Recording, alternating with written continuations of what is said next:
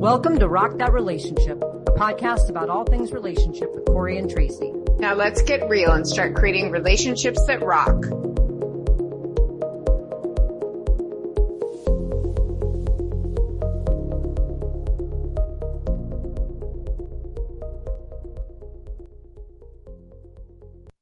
Hi, everyone, and welcome back to Rock That Relationship.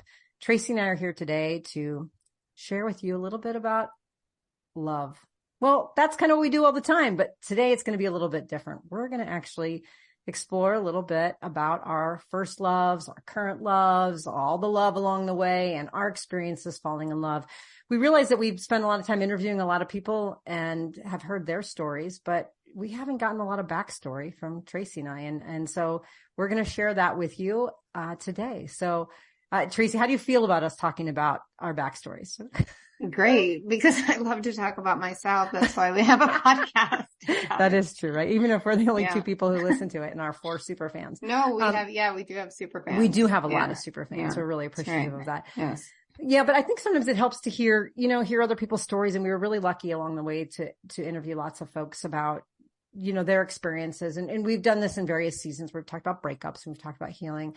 And this season talking about falling in love. I mean, it's such a great, inspiring topic. So let's dig back a little bit. Let's go way, way back, because you and I are both old enough to go way, way back and think about really what are we?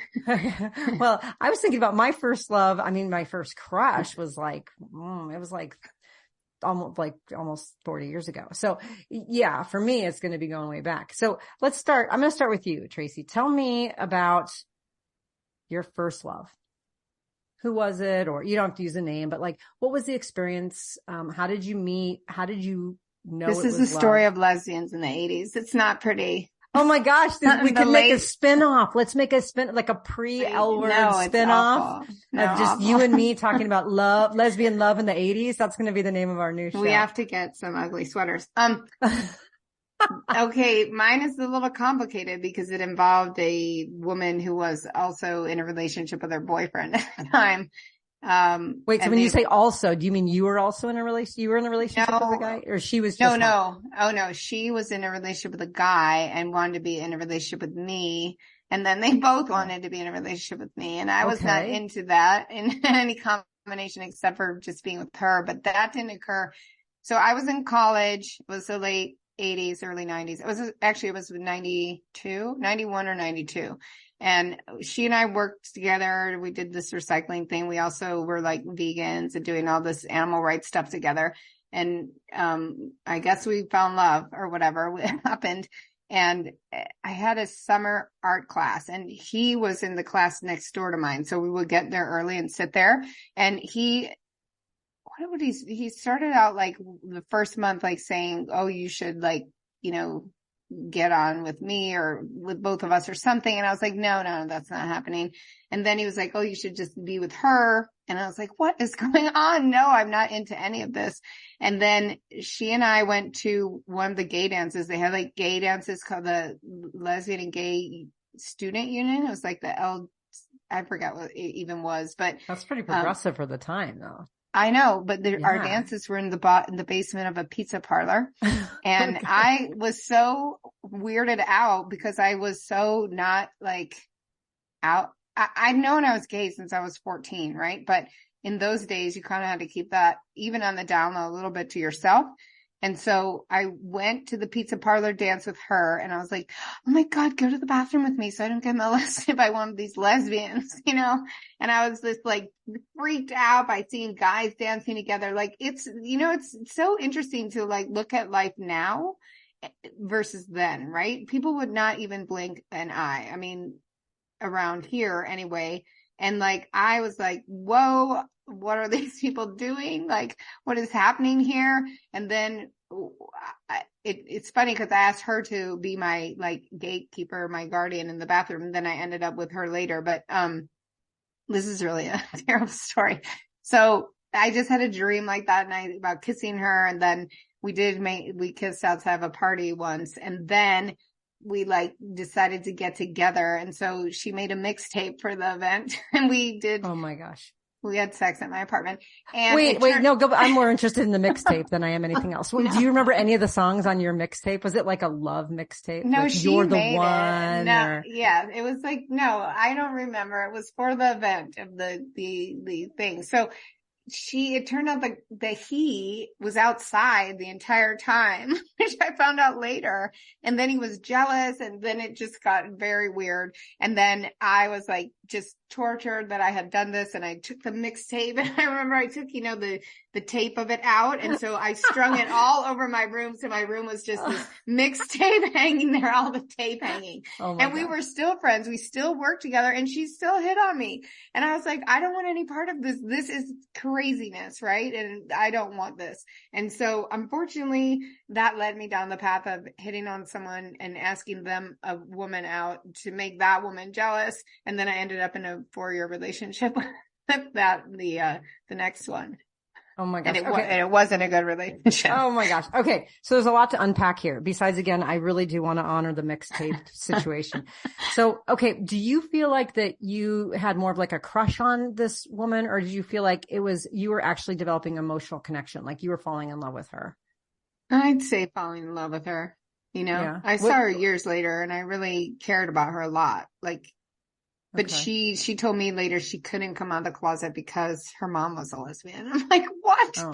And she's one of those that keeps like hitting on you. Like she just can't stop herself, but she's like, no, I don't want to do this. So I have to stay with, the guy. And she did? Did she stay with him? She stayed with him. They weren't together when I saw her years later, but yeah. Interesting. Okay. So you had these feelings of love. How did you know? Because I'm assuming if it's your first love, you hadn't had these feelings before. Like, how did you know that you had this? And what was it like, all of a sudden feeling something for someone that you might not have ever felt before? Well, I had a boyfriend in high school who I did love. He was very kind, but also trouble as well. He may have used some drugs, and he drove us around like a maniac, but, he was a hot tennis instructor and older than me. He was like 21 and I was like 17. So it was very like crazy and exciting. I like to live on the edge. So I did love him. He was actually a very, very sweet person. And I knew what that felt like. So I knew immediately that I was like falling in love with her. And that was the day when the people made friendship bracelets, And so she made me one of those friendship bracelets, but it was a love one. And I remember getting the piece of paper she wrote on, like the significance. It was I remember exactly. And I wish that I had saved it, but it was like, she folded a piece of paper in half that was only like a couple inches wide. And she wrote the significance of the colors of each thing in the bracelet. And one was love, so we loved each other, but people were tormented back in those days, right? Yeah, people are still tormented today, but even then, back then was even worse. I mean, it was, even in the most accepting places, it was still really, really difficult. Well, I don't even know if there were accepting places. I mean, I moved, that was in the Midwest, and then I moved right to Seattle. It was much better. It was very different, but, I mean, kind of a lot of my stories they're not going to be in the notebook, notebook number 2.0. It's going to be like it's more like The Ring, or, the lake. The Ring. So you're down in the well. It's more like my love life is like Blair Witch Project. So. Oh my gosh. Yeah. I assume yours is more mellow than mine. No, mine is more like beaches. It's just heartbreaking. If they made a movie, you couldn't even get halfway through it without just bawling your eyes out and having to turn it off. That's been my falling in love story over and over, right? It's like Groundhog Day. Right. So no, my first love was, my first crush was in middle school, and on a lady? Yeah. Oh my goodness. And it was funny because she was on the basketball team with me. And I didn't know that what I was feeling was a crush. I thought it was admiration, right? That I just wanted to be as good of a basketball player as she was, which that wasn't it. Apparently, now I've looked years later, but I wrote all these poems about her as a basketball player, and like, oh my gosh, and she'd swish it through the air. And I had all these poems. And so, I loved these poems, and they went into my collection with my other poems from 7th and 8th grade, which were all about rain. I had a whole series that I wrote on rain, one called White Cloud, one called Pitter Patter. Anyways, I had these stored in like a box, and it was Pitter Patter goes your heart. Oh, I know. Should have been your loved one. I know this poem. It goes pitter patter on my head. Oh, splitter splatter. Boom, nice. Mic drop. So anyways, my mom finds these poems when I'm like in my late 30s or something, or mid 30s. And she is like very endearingly types them up and gets them bound for me. Yet she doesn't know that the poems about the basketball player are like my lesbian love crush. Right. Right. And so she just thinks that they're like these basketball poems. So I was talking about it with my daughter last night. She's like, I want to see your poems. And so I have them still. So I have to go find them. But aside from my crush, and then I had a crush in high school on someone else I played sports with. And again, didn't know what it was because I was too busy, dating boys, right? Really trying to figure out like, why do I have to keep holding their hand? Like, I don't understand. Like, I'm just not a hand holder. Right. But when I got to college, I actually, I met somebody. I was working in a summer camp, and we met, and she was a counselor as well. And our best friendship moved very fast. It was overwhelming. The emotional feelings that we had for each other was overwhelming. And without naming it other than anything but a best friendship, it was kind of hard to keep in check. So it was like, I had all this pent up emotional energy that like usually now I've learned in a relationship or an intimate relationship, you can, exhibit or engage physically to express that, and not thinking that was okay, or not even considering that. I was just building and building and building and building. And she would write me these little notes, because I was the counselor for the backpacking program. And so every week we had a new group of kids that would come, and every week I'd take them out for 2 days and one night. And so one night I'd be gone away from her, and she would write these little notes and tuck them in my backpack. And that one night a week, every week, I would sit up with my flashlight and my sleeping bag, and I'd open up my note. I didn't want any of the little girls to see. And it was just like, I miss you so much. I wish you were here. It's very sweet. I fell in love with her. But did she mean it in a lesbian way? Well, I don't think either of us in a romantic way. I don't think either of us even knew that what we were feeling was romantic. I think we just thought it was like just sisters that just found each other kind of thing, or best friends that have, long lost best friends. But really what was happening is we were falling in love with each other. And by the end of the summer camp, we ended up physically getting together, just in a very kind of haphazard moment. And I was like, oh my gosh. And so of course, me, I've been overanalyzing since I came out of the womb. And so I'm like, what does this mean? I don't know what this means. Am I gay? Am I not gay? And she was like, just chill and just go with it. And we did. And, it was really hard because this was also it was like 93, maybe 94. So it was early on, and it was very, very hard to want to be with her in a time in which it was like not okay. I was at the time I was in a sorority, at a very big school with a very, very large fraternity and sorority system. And so it was, there was a culture within that. But your sorority wasn't, it wasn't, when you say sorority, what I think of is like little black dress and, going out you said it was more like service and sports oriented, right? Because I feel like when you say sorority, I feel like cheerleading in the front yard, We did cheerlead in the front yard. Okay. It was a regular mainstream sorority. We just, the people who joined it tended to be very like service oriented and sports oriented. And those were just the people that I hung out with. But I ended up that right after, or like right around the time that I got in this relationship and I was falling in love, I ended up as the president of Panhellenic Society. And Panhellenic was the governing board of all of the sororities. And so I was president, which meant that out of the 3,000 or 3,500 sorority members, everyone knew who I was. And I was constantly like supposed to be at these events with a date on my arm. And I can tell you that the worst feeling in the world is loving someone and having to hide it. In some ways, I almost would have rather not loved at all. And I say that, and I know that it seems like people will say that's shocking, but I would have to go to these events and I have to have some guy on my arm, usually a really nice, sweet guy, but I wasn't interested in, and they never like tried to kiss me or do anything, but I was with another date and she would be waiting for me when I got back with kind of like with tears in her eyes. And I had tears in my eyes the whole night and we just couldn't wait to get back to each other. It was like coming home.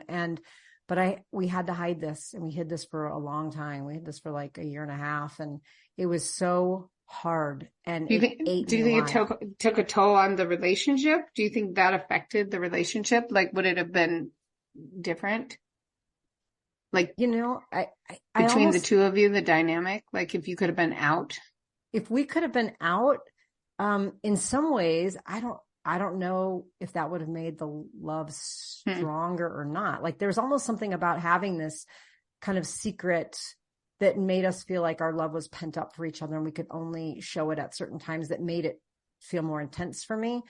But but overall the negatives of that were outweighed it, right? This idea that you had to kind of have a guy in your arm. I was constantly asked, like, why don't I have a boyfriend? And, and it was just really, really hard. We went to different universities for a while, and then she transferred and we ended up, at my university, but it was intense. And, I loved her so much.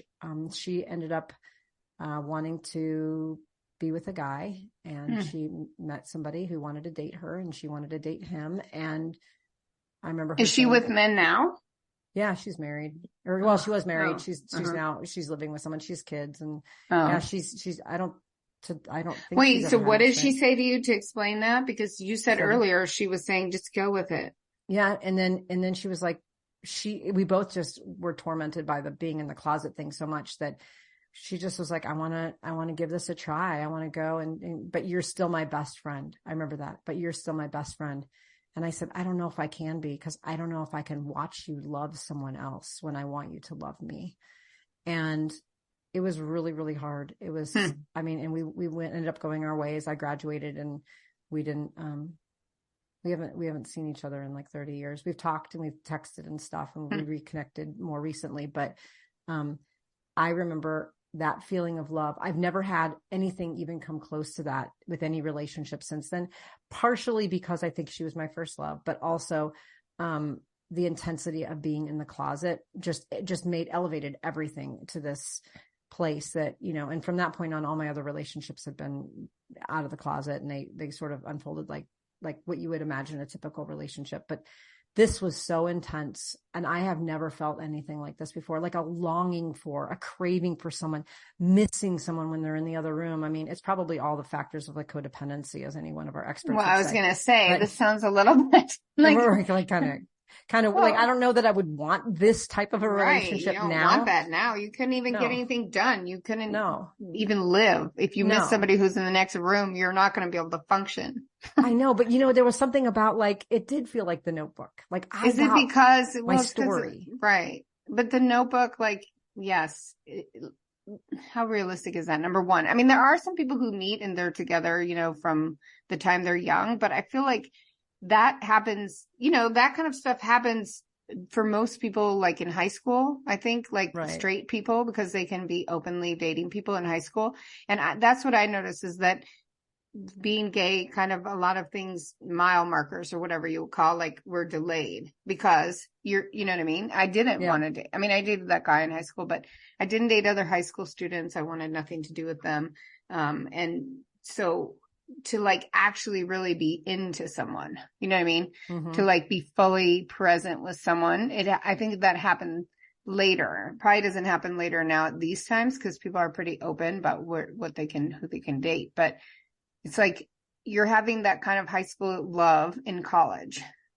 Right. But you're in college, later, so you think you're more mature. So you're like, oh, well, this is what love is. But maybe it's more that first, like, I don't know. I don't know if every first love is super intense or not, I have no idea. All I know is that it messed me up for a really long time. And subsequent relationships after that, I had been told, you need to work out your stuff with the processing through your first love, because it's holding us back from having an intimate connection, because you're constantly comparing that like intensity that you had with our relationship that will never be that intense. And it's not healthy and it's not good. And it took me several relationships to get to that point where I've been able to process through it. And actually it was interesting. It was my most recent breakup that I had, I processed through all my past relationships, including this one, and was able to really kind of come to terms with the fact that this was a unique situation. We were in the closet. It was our first love. Well, my first love, at least. And I'm not going to be able to, nor would I want to replicate that in the future. Yet I was holding on to that as like the standard bearer of what falling in love was supposed to feel like.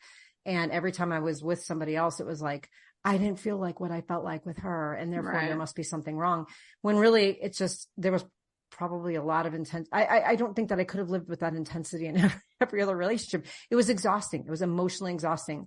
But I needed it. I needed it at the time. Mm-hmm. Interesting. I mean, do you have any experiences? I mean, that's my one major experience of like falling so hard, and having my heart ripped out, and, you know, and having to deal with that literally like for 25, 30 years. Do you have any of the people you've ever been with where you fell so hard for them that it was so just emotionally difficult to untangle? It's like your heart's being like squeezed, you know, like twisted, like twisted and squeezed. You can feel your heart like aching. I think that's the thing, the aching and the longing and the being so sad. And, you know, I think it's good to experience all that. I think it's important. I feel like I've really lived, right? But then I want something that's different than that. I want the excitement, but I don't want the heartache anymore. Well, no, I don't think anybody wants that heartache. Yeah, but well, we do repeat patterns, right? So I have repeated, I've had many heartbreaks, but I feel like I've come to this point, I've told you this, where I'm happy, right? So I just want to be happy. And I think back like in the day, I mean, part of it wasn't our fault because we really couldn't be out. And that was a little bit torturous, but I don't know, being so immature, dating, you know what I mean? It's very interesting. Like I never thought people should go to law school as young as they do because they don't have any life experience, but, and they're dealing with big issues. And I feel like that's how love is, you know, like I play pickleball with young people now, like in their teens, and, they're pretty mature for as far as like being able to play with adults and have conversations with adults and stuff. And I don't even know if I would have been that capable back then, but to handle the things like love and, you know, military service, people go into the military at 18. I mean, are people mature enough to handle that? You know, it turns you into an adult real quick. And I think love turns you into an adult real quick. That's what I'm saying. Like, I'm not even sure that I could have like sustained or handled or dealt with the intensity of the love that I experienced as a college student if I were to do that in my 40s or my 50s. You know, like I would have been like, peace out, this is too much. But at the time, like I feel like I needed it because I realized and I validated for me that I can feel love, because I hadn't felt it before and I can feel it. And I mean, do you have any, like, if you were to pick all the people you've ever been with, is there one in particular where you fell so hard for, like the one that you fell the hardest for? No, I mean, I'm one of those people. I just really like when I get into a relationship, I'm really into it. So I feel like, yes, I've been tortured by breakups, like where I thought, oh my God, I'm going to die. I can't live without this person. Right. And I don't know why that is. I mean, I do kind of now because I've done so much therapy. I do believe that's like, we talked to Coach Dorothy about that. Remember, your life should be a sundae and that person should just be a cherry on top. But we're sold from the beginning that this should be a relationship that's, everything for you. It should be your end all be all. So yes, I had those feelings that, oh my God, I'm going to die without this is my end all be all. But now as a mature adult, I'm like, well, I want this to be a great relationship, but I'm not going to let it like destroy me. You know, if things don't work out, I'm more realistic, but I'm still very emotional and very effusive and all that. Do you know what I'm saying? Right. Yeah. Like, yeah. Well, if you flip it around though, but as you age. Flip it around though. Think about not the breaking up. Think about the getting together. Was there any time that you felt just so overwhelmed by the love that you felt for someone at the beginning, before the breakup and the heartache? Because you probably develop feelings over the course of that time, and every breakup's going to be really hard. But that beginning where you're like, this is it. This is the one I have been waiting for. I am so madly and crazy in love with them. Yes. Yes, I have. There is one? No, there's multiple. Okay. There's multiple. Yes. Was it every single person that you've ever been in a relationship with? I can't answer that question. No, but yes, maybe. I don't know. I just really get into it. I'm really like, okay. I told you, you've seen me. I am like, you know, when I see what I want, I'm not saying it's always going to work out. And I guess I keep looking for the one, even though we had this discussion earlier with, Carol, that, maybe there isn't the one, right? Like, and now we know we're better informed, but there's been a lot of times where it's like you meet somebody and you're like, this person's the one. Like I met somebody that wasn't this first love. I met somebody a couple relationships later, and I knew that this person was my person. I knew that this person. But what does that even mean, right? Because in the end, right, we think this person is our person, but maybe we don't even really know what the person is. Like she felt like that, though. That's the thing. She felt like she was my person. Like she was everything that I had been looking for, nothing else, no more. We had a really long relationship, many, many, many years. And I just fell crazy in love with her at the beginning. I mean, it ended up, kind of petering out, obviously, and we're not together any longer. But at the beginning, like I had 2 relationships between first love and this person that I didn't feel that. I was like, oh yeah, I'm emotionally attracted. I'm physically attracted. I like this person. I fell in love with both of those people. It didn't feel the same. This other person, it was like, this is it. And while that is we know that the idea of the one is, probably a fallacy.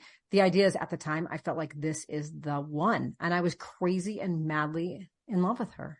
Well, we talked about limerence, right? That first beginning stage. I've been accused of being into that stage, right? Like limerence. I like it. I want that high, that it is like a high. Yeah, it is. But I've had it a lot. And what I'm looking for is that feeling plus compatibility, that feeling plus compatibility now. Right. And I guess there's maybe a difference for me in looking for it and finding it, right? Like now I'm like my manifest, and here's all the things I'm looking for, and these are the feelings I want to feel, and I find that person. But like when I've had these feelings, like with the person I was talking about, I wasn't like looking. It just hit me. It was like a piano fell out of the sky and landed on me. And it was like, wow. And it was not very intentional. Nothing about the relationship was intentional. Neither of us were out looking to date people. We just came across each other in a very happenstance kind of way. And so for me, it was like, that felt more organic to me than some of the things I've done to be like, okay, here are the things I want in love. I'm going to go find somebody. I'm going to find out if we're compatible. And frankly, at 50 years old, that's more important to me now, probably than it was in my 20s when I met this person. But at the same time, it was like, I remember that feeling, right? Where like logic just flew out the window. We lived across the country from each other. There was nothing logical about it. I mean, she picked up and moved here, and we lived off of my piddly salary, drove around my broken down car until she could find a job. She moved out like we had only spent 2 days together in person. I mean, there was nothing logical about it. Like I would not go about dating if I were single in that manner today. But back in my 20s, it was just crazy love. It was like, we will do anything for love. She quit her job and I wouldn't date anyone if I didn't have that feeling. I wouldn't date anyone. I wouldn't go forward with them, even to date 2, if I didn't have that feeling. And I know. So you've had that feeling right with away. Every single person, that overwhelming, I would quit my job. I do not want to answer that question, but I did moved from Seattle to Wyoming for one. I moved from Wyoming to North Carolina for another. I'm not saying that that's going to end up keeping the relationship together, because clearly in my case it didn't, but I would not even date someone if I did not have that feeling. That's how, as a lawyer, I'm going to answer that question. As a lawyer. Okay. Well, at least you're not pleading the fifth. So, and I still want, and I think I've found that 20s, that crazy thing again. So, well, lean into I wouldn't even go forward. That's what I'm saying. Like, if I don't feel that, if I don't have that, like, I'm not doing it. I'm just not going to do it. Like, I have to have explosions in the sky in my eyes and my mind. Like, but you've had that with everybody. Like, I'm like, okay, people get upset, then they think, oh, you're not really into me because you have that with, and this is what I say. I've met thousands and thousands of women, right? Not like I haven't dated them, but I've met them. I'm a person who really gets out there, right? Yeah. Like I get out there. I'm like new friends every 2 days, like whatever.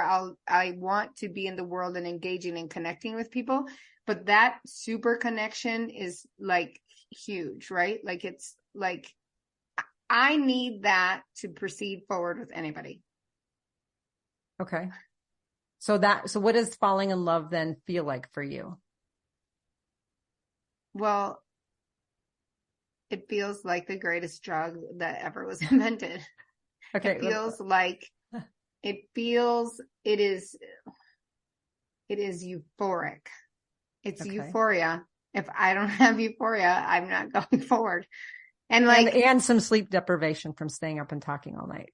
Well, that's just that's an added benefit. And it doesn't even, the sleep deprivation doesn't bother me unless I'm supposed to be like driving somewhere. But, thank you. I played pickleball in 3 hours of sleep the other night, but that's the thing. Like I need that because that's what I want. That's what I'm looking for. Mm-hmm. Now I have found it several times and it wasn't the right fit as far as like the rest, the compatibility, but that's also hard to say because I've been in 2 8-year relationships, 1 5-year relationship, I've been in long-term relationships with people who I still have, deep connections with, like in the one, that I was with for 5 years, I went back and hang out with her.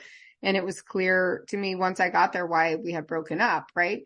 We weren't compatible. But then last night she was on a long, long drive and I was calling her and talking to her and checking in with her. And she sent me a message saying, thanks so much for worrying about me and heart emoji. So like, here's my thing. I had that with that person, but that was a long time ago. And then it morphed, it changed. And was it all the things that happened between us, did that change it? So that then when I went to see her again and hang out with her, none of those feelings existed, Mm-hmm. I mean, and I think, I don't even know, I referenced that movie, The Notebook, but I'm not even sure I've seen it. Isn't it like about people from World War II or something? That like it's the course together of their lifetime. Yeah. Well, watch it. It's very good. And then they get Alzheimer's and they're in a boat at the end or something. In a boat. I don't remember the boat, but anyways, watch it. It's very good. It's like the love that lasts. It's like the setup for everybody to be sad. And that's my point. Like, yes, I've had those feelings. It freaks people out. Like, oh my God, you fall in love with everybody, which is not true because I barely have dated anybody given like all of my dealings with people and how many people I've met and all that. So I think that for me, that's necessary. And then that can translate later into deep friendship. Well, yeah, you've been able to do that with many of your exes, is transition them into close friendships. All my relationships are passionate throughout the entire relationship. Now, is it always a love passion or is it like a passion for, there's always a lot of emotion attached to whatever I do. How about we say it that way? And a lot of people don't like that, right? So like somebody I was with for 8 years, much more logical, much more, different kind of brain. That did not work for her, My living large, my, being the way that I am just did not work for her. And so did that kill like a love passion? Did that's what made us, split up? It's really hard, because we talk about communicating a lot and like keeping like connected to the person you're with. And that does become hard when you've got a lot going on, when you've, got family issues, when you move, all that stuff, right? Change careers, things like that. And, I don't know. Yes, I've had that a lot. Yeah. And yet that's what I look for, Can I talk about my most recent experiences? Are we there yet? Are we at that point where you're bursting at the seams to tell us about your latest love affair? Yes, because, last week I wasn't even interested in being on the apps. And within 1 week, I met 3 really, really lovely people, like lovely, kind, sweet women. Right. And so one it was beyond like, I had a really good connection, what I think most people would proceed forward in dating with all 3 of them. but the one, it beyond, like just out of the water 10 times what those other connections were.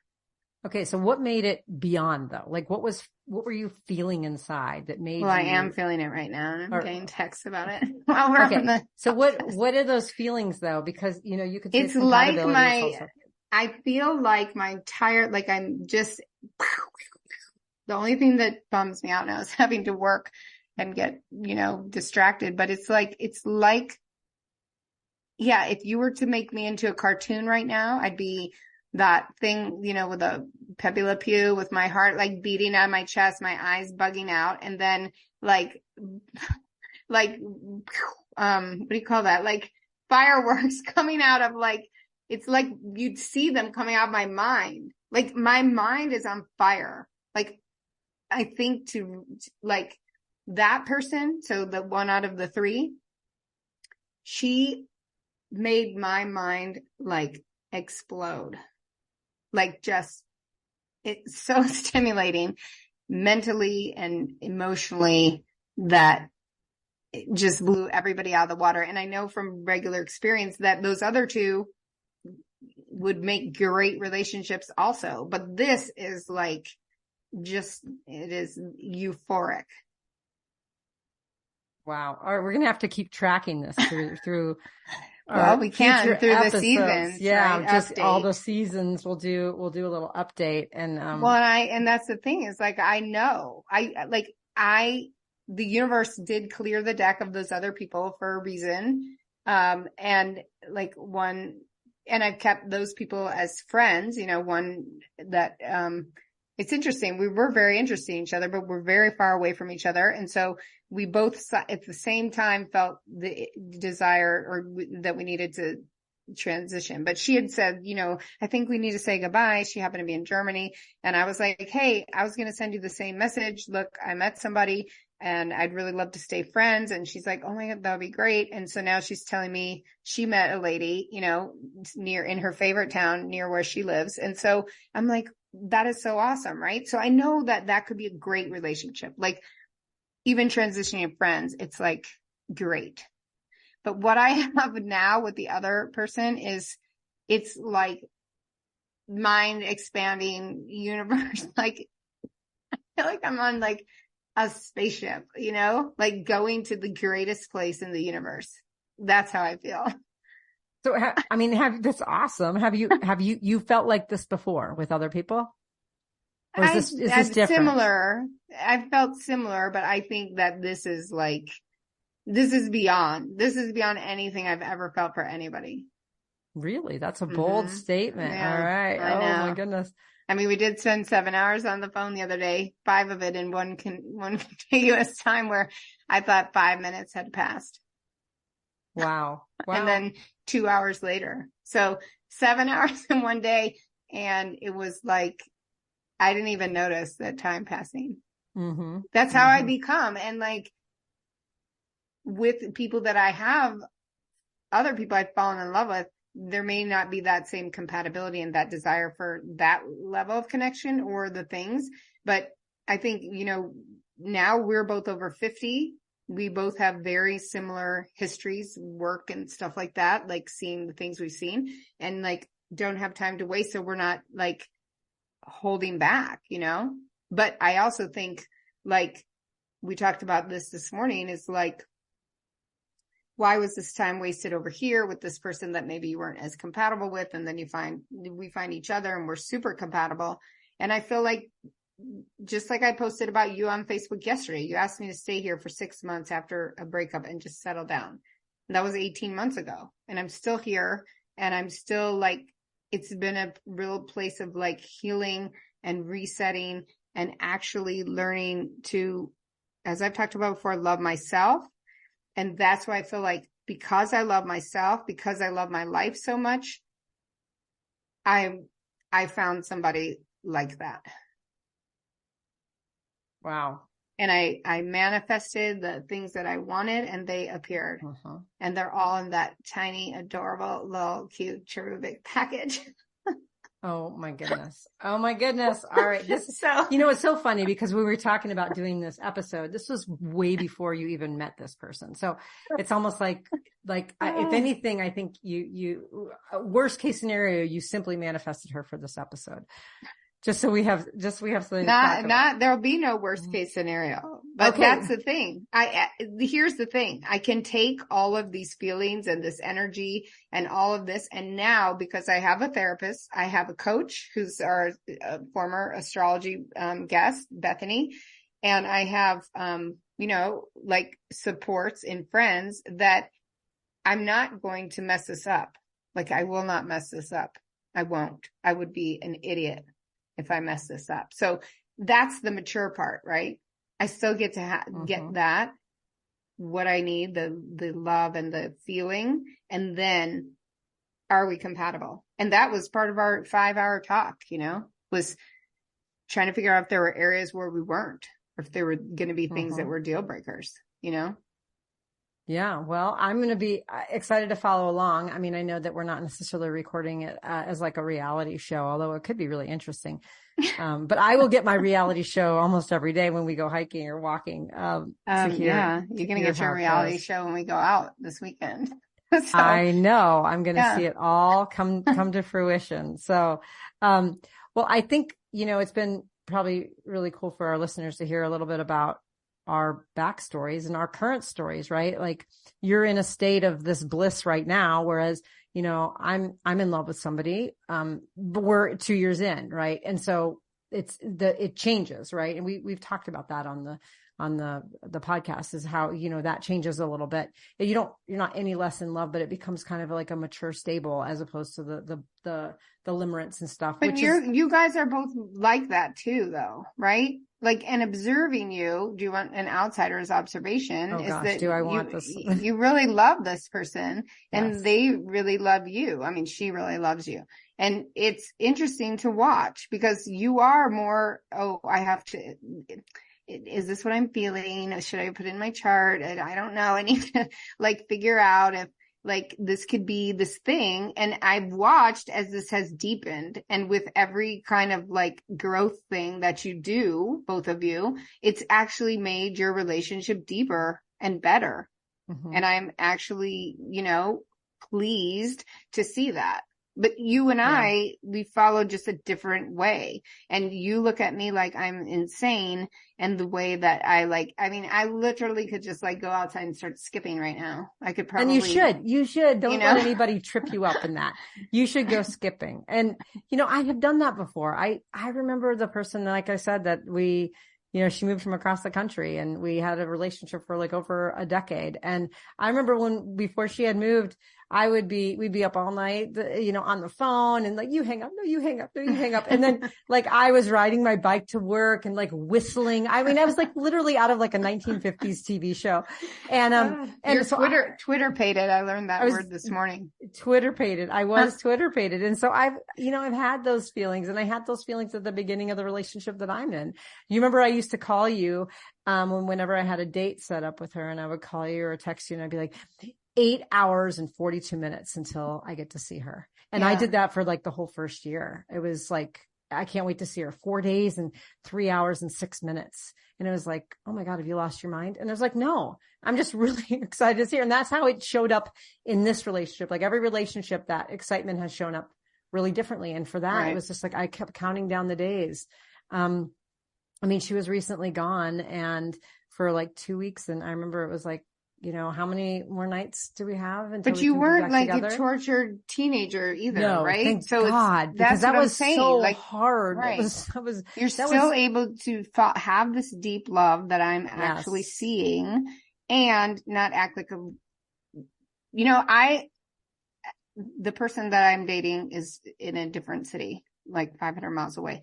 So I'm glad that I've gotten to this mature point because it's okay to not be together every day or every second, and it's okay if the other person has some things that they need to tie up. And I don't know what's going to happen down the road. Right. But I don't feel that torture anymore that I would have felt when you're younger.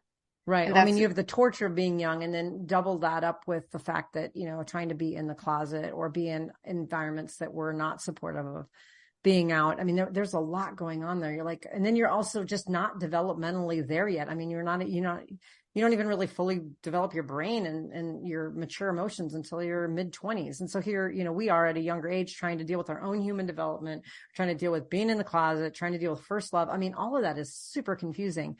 It's intense. But we can learn from it and we can move forward and say, okay, the good things I want from it is the bliss, the skipping around the neighborhood. What I don't want from it is the codependency and the feelings of lack of self-worth if this person rejects me. And it's hard to let go of those things. I mean, I've carried them with me for so long until I was able to process through some of that stuff. Right. Well, but I think that's what I'm saying is also like, we can say we're not as I'm not as like, oh, I must have this. I must have, you know, it must be this way. Like we must be together every second or I'm going to die feeling, you know what I mean? Like I can have the euphoric feeling. I can have all of the contact, but I don't need what I needed when I was younger, you know? Right. Well, and part of that is like what you were talking about earlier is we fill our own buckets now, in ways that we didn't even know how to do, when we were younger. And so looking around for external people to fill our buckets, to validate us and to make us feel good. And we thought that those people were the ice cream in our ice cream sundae, vegan ice cream sundae, but now we know they're the cherry on top. Exactly. And takes that's where they need to stay, no matter how much you love them, because you have to love yourself enough not to give up your life for anybody, you know? Yes. And it takes that heartache and that hardship at the early years of your developmental stages for those who've experienced it to go through and figure out what that even looks like. If I had to do that whole situation all over again at my age, it would be very, very different. My first love would look incredibly different. But that's because I know what I know now. And maybe in some ways, you know, we say that we look at that as a good thing, right? Like, well, I'm older and I'm wiser, but there was also something really innocent and exciting and invigorating about experiencing what I did when I didn't have all of the jadedness or the enlightenment, whatever you want to call it, the life experience. There was something really kind of cool about going through that then, because my inhibitions were really different. And I got to experience something that I probably will never experience again, only because I don't think I have this. I don't think I could sustain that. It was so intense. But it's also the fear of getting hurt. We've talked about that before, is if you're going to invest in someone, you kind of need to go all in. But you know that if you go all in, you could be hurt. Yeah. Like really hurt. So you got to, then you're like, oh, let me reserve some of this because I remember, you know, I've been hurt before.